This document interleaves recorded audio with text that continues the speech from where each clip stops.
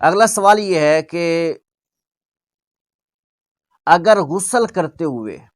پانی کے چھینٹے بالٹی میں جائیں تو کیا غسل ہو جائے گا؟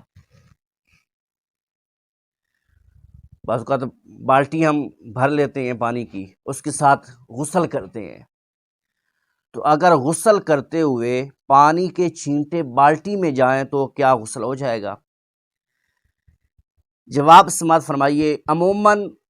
بالٹی میں موجود پانی زیادہ ہوتا ہے اور چھینٹے کم ہوتے ہیں،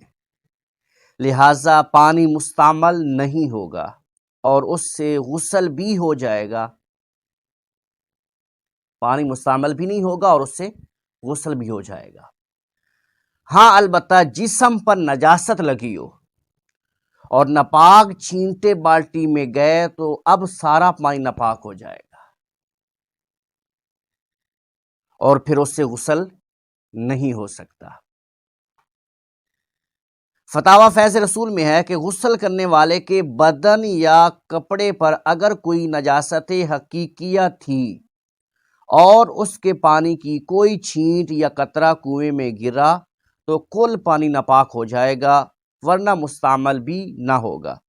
اس لیے کہ مستعمل پانی اگر غیر مستعمل پانی میں پڑے تو اسی وقت مستعمل کرے گا جبکہ مقدار میں اس کے برابر یا اس سے زائد ہو جائے۔ مثلا اگر جسم پر نجاست لگی ہے، پیشاب پخانہ یا کوئی اور نجاست لگی ہے، گوبر لگا ہے،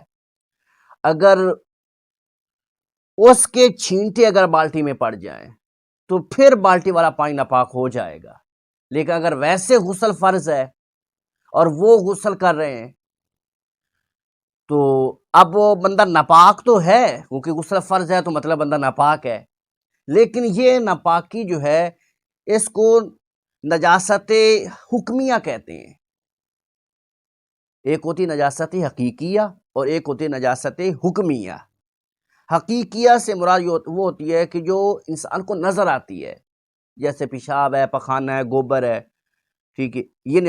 نجاست بندے کو نظر آتی ہے۔ اور نجاست حکمیہ وہ ہوتی ہے کہ بندے کو نظر نہیں آتی لیکن حکم یہ ہوتا ہے کہ وہ بندہ ناپاک ہے، تو بندے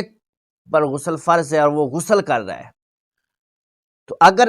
اس کے علاوہ کوئی اور نجاست بدن پہ نہیں لگی ہوئی تو اگر اس کے چھینٹے جو ہیں وہ اگر جاتے ہیں بالٹی میں تو پانی ناپاک نہیں ہوگا، پانی مستعمل بھی نہیں ہوگا، غسل ہو جائے گا۔ اور اگر کوئی اور نجاست بدن پہ لگی ہے تو اس کے اگر چھینٹے اگر بالٹی میں پڑ گئے تو پھر پورا پانی ناپاک ہو جائے گا، پھر اس سے غسل نہیں ہو سکتا۔